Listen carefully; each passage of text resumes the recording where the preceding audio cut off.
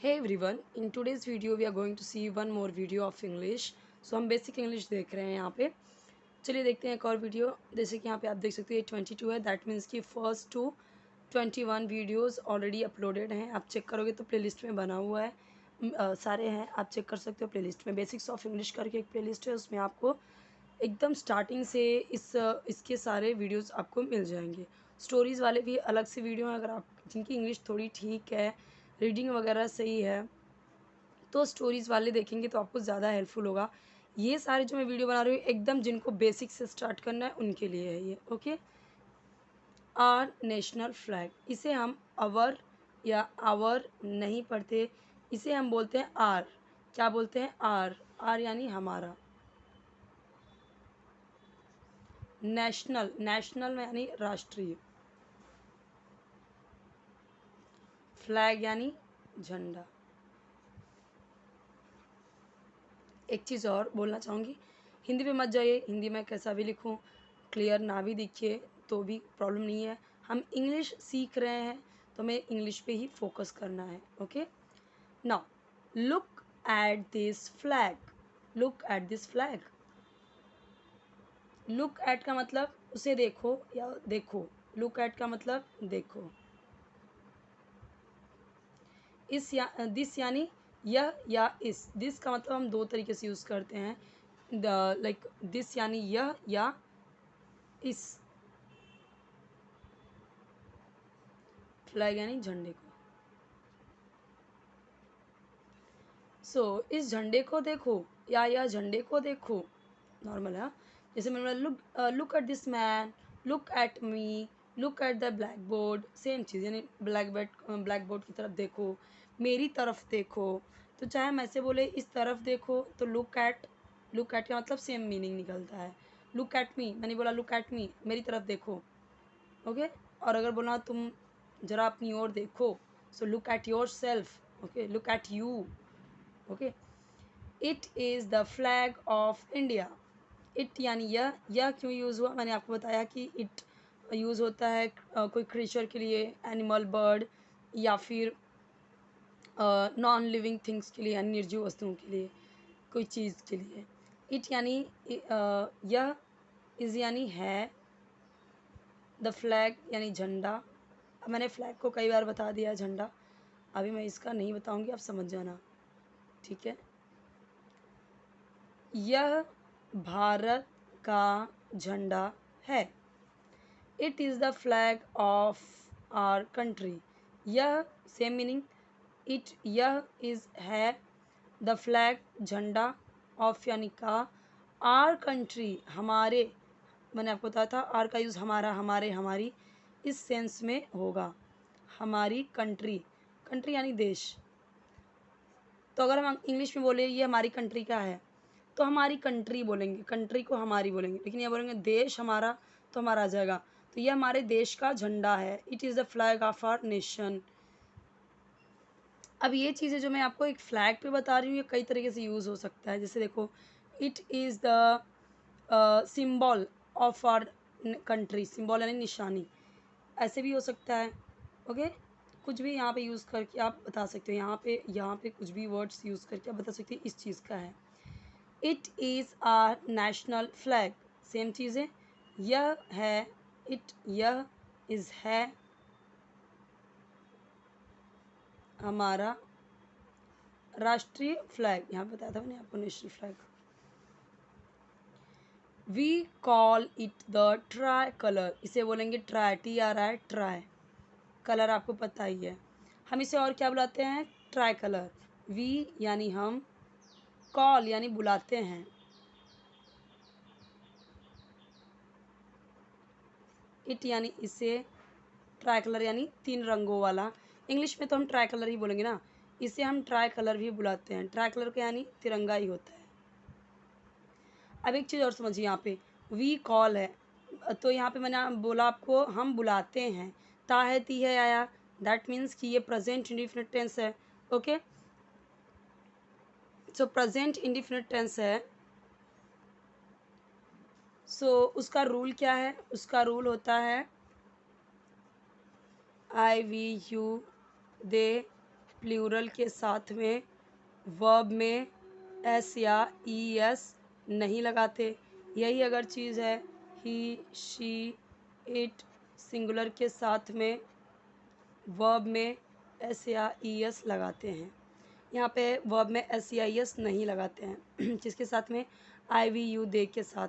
इसलिए यहाँ पे जब वी था तो कॉल बोला। अगर यही बोलती मैं कि शी यहाँ पे होता, या शी होता, ही होता, रीना होता यानी एक वचन, गर्ल होता, बॉय होता, सो ये कॉल्स हो जाता।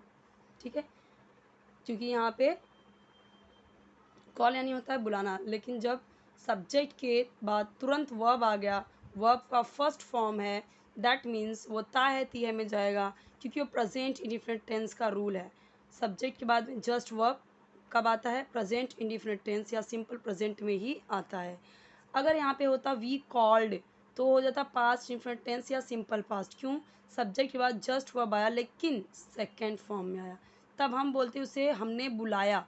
वी कॉल्ड, हमने बुलाया, ऐसा हो जाता, या हम बुलाए।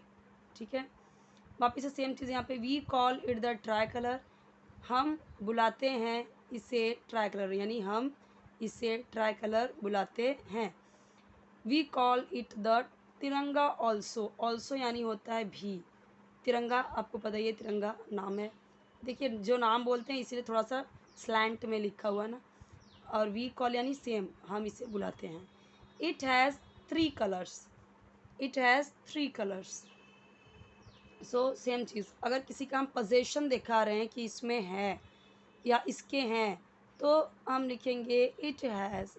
याद है आपको लास्ट वाला जो चैप्टर पढ़ाया था मैंने, आई थिंक वो कौन सा चैप्टर था मुझे याद नहीं है, बहुत पहले ही पढ़ाया था। सो गेट वाला, it has red colour, it has 2 Windows, it has 4 doors, इस तरीके से था ना वो चैप्टर। लास्ट के चैप्टर्स देखिए बहुत सही हैं वो सारे। ठीक है, तो आपको समझ में आएगा। इसमें है 3 रंग, या इसमें 3 कलर हैं, इसमें 3 रंग हैं, इसके 3 रंग हैं। सैफ्रन, सैफ्रॉन नहीं पढ़ना इसे, सैफ्रॉन यानी ये कलर, इसको क्या बोलते हैं? सैफ्रॉन यानी केसरिया, सैफ्रॉन, केसरिया, द सैफ्रॉन। ठीक है, the saffron, the white, white यानी सफ़ेद, सबको पता ही है नॉर्मल। ग्रीन को हम हरा बोलते हैं, फिर भी मैं यहाँ पे लिख दे रही हूँ। सैफ्रन, केसरिया, वाइट, ग्रीन। इसमें 3 कलर हैं, saffron, the white and the green.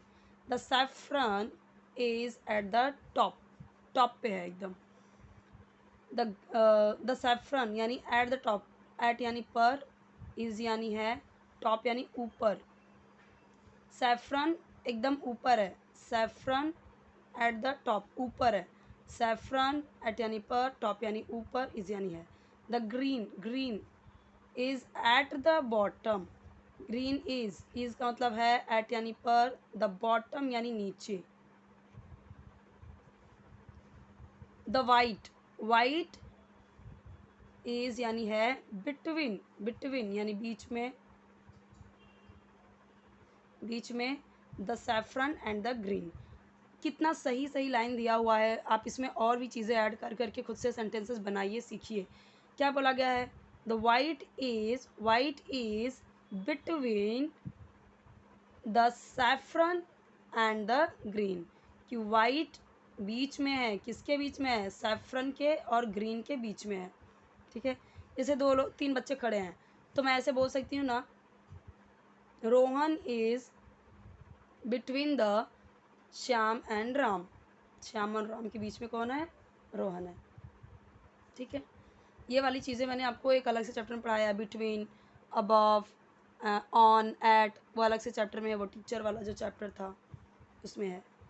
In the middle, middle में, इन the middle of the white, white के मिडिल में, इन यानी में, वाइट, मिडिल यानी बीच में, इसका भी मतलब बीच में होता है।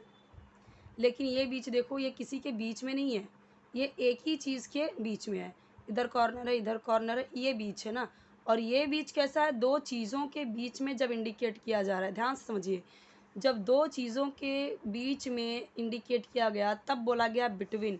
लेकिन एक ही चीज़ के बीच में, सेंटर में, सेंटर को बोला गया क्या? Middle of the white, white के।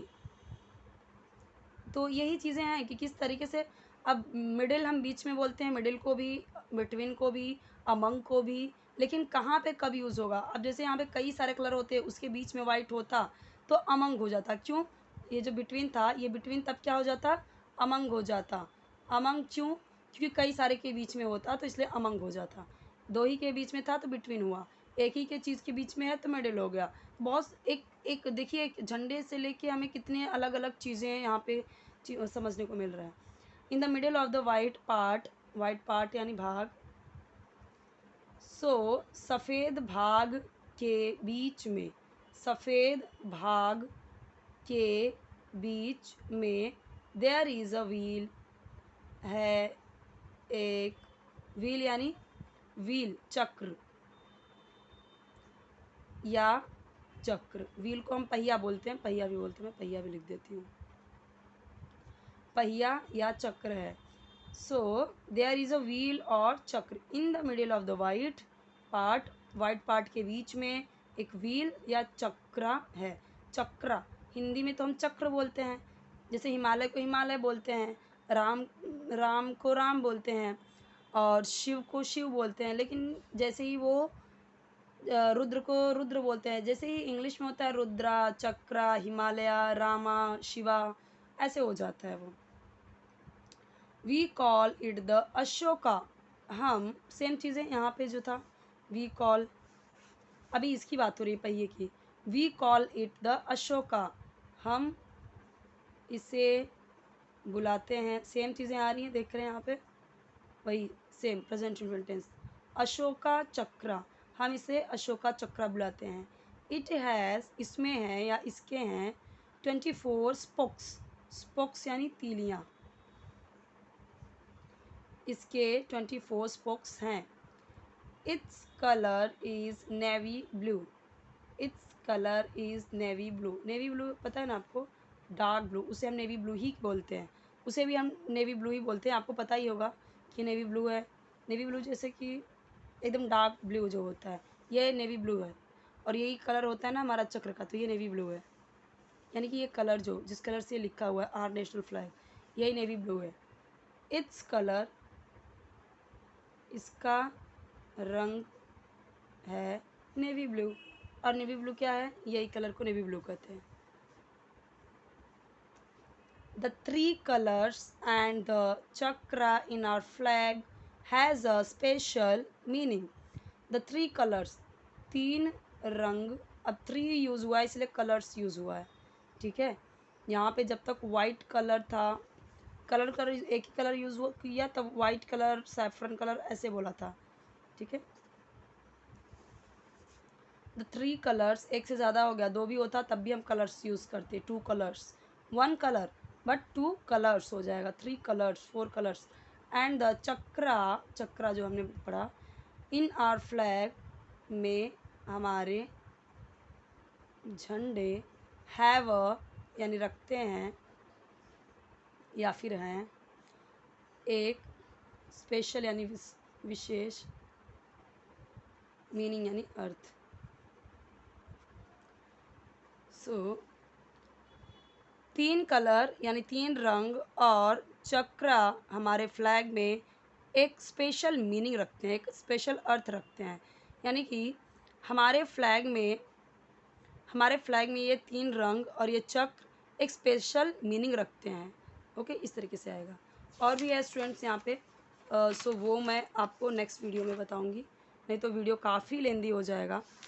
कोई भी वीडियो चाहिए आप इस तरह से कमेंट सेक्शन बताते जाइए अब। और ये इस तरीके से जो वीडियो मैं बना रही हूँ अभी एकदम बेसिक से, ये मैं डिमांड पे ही बना रही हूँ, कमेंट्स पे ही बना रही हूँ लोगों के, क्योंकि स्टार्टिंग में मैंने इस तरीके से नहीं बना रही थी, मैं जस्ट ऐसे ही फ़ोटो लेके बताती ही थी, एक्सप्लेन करती थी, फिर मुझे कमेंट आने लगे कि आप लिख लिख के बताइए, फिर आया कि एकदम बेसिक से बताइए बच्चों के बुक से, फिर इस तरीके से बताने लगी। जैसे जैसे आपके कमेंट्स आते जाएंगे, जितना ज़्यादा आपके लिए हेल्पफुल है, वैसे तो अभी ये बहुत ज़्यादा हेल्पफुल लोगों के लिए हो रहा है, क्योंकि उनको यहाँ से ग्रामर भी समझ में आ रहा है, समझते जा रहे हैं, और इंग्लिश के जो वकैब हैं वो भी उनका स्ट्रॉन्ग होता जा रहा है, यानी वर्ड मीनिंग, नए नए वर्ड सीखते जा रहे हैं। और प्लस इंग्लिश भी सीखते जा रहे हैं। इसी तरीके से आपको कोई वीडियो चाहिए इस तरह से बताते जाइए। ज़रूर सपोर्ट कीजिए चैनल को, लाइक करके सब्सक्राइब करके वीडियो को ज़रूर लाइक कीजिए, सब्सक्राइब कीजिए चैनल को, ओके। और अपने फ्रेंड के साथ भी ज़रूर शेयर कीजिए ताकि उन्हें भी हेल्प मिले। और ट्राई कीजिए आप भी इस तरीके से बहुत सारे सेंटेंस बनाने का। और हिंदी पे मत जाया कीजिए, हिंदी से हमें मतलब नहीं है, हमें सिर्फ इंग्लिश से मतलब है। और ज़्यादातर हो सके तो जो वर्ड्स हैं उन्हें आप इंग्लिश में ही बोलिए। ट्रैवलर, नेशनल, फ्लैग, कंट्री, ये सारी चीज़ें, क्योंकि हम यहाँ पे हिंदी नहीं सीख रहे ना, इंग्लिश सीख रहे हैं हम, तो हमें इंग्लिश में ही ज़्यादातर बात करनी है। हिंदी तो हमें वैसे ही बहुत अच्छी आती है, राइट।